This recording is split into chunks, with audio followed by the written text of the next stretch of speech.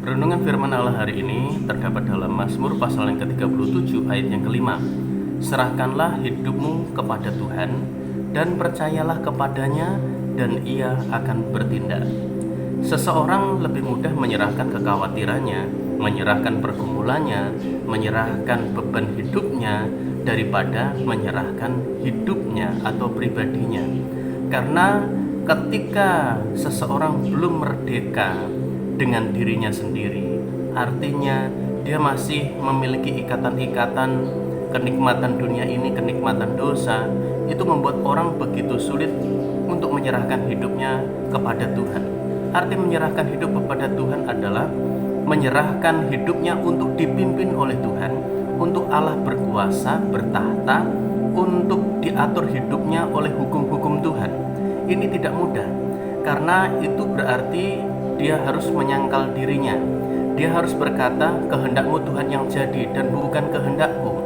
Dia harus berlawanan dengan kuasa kedagingan.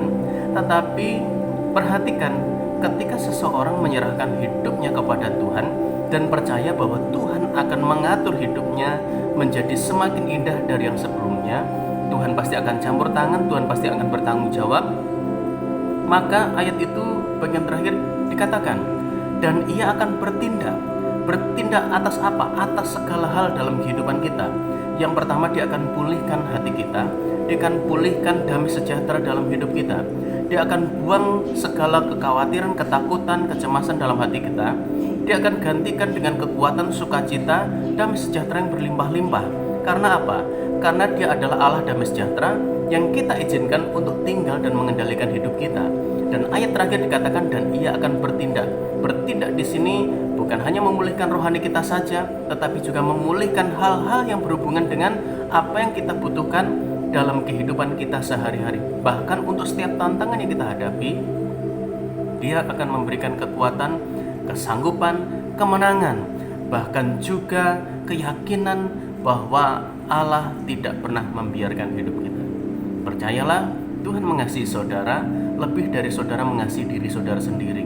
Karena itu ketika kita menyerahkan hidup kita ke dalam tangan Tuhan atau kepada Tuhan, maka saudara akan lihat hari-hari yang saudara lewati adalah hari-hari yang luar biasa, penuh dengan kedahsyatan Tuhan, penuh dengan sukacita surga, penuh dengan mujizat demi mujizat, penuh dengan kekuatan yang luar biasa.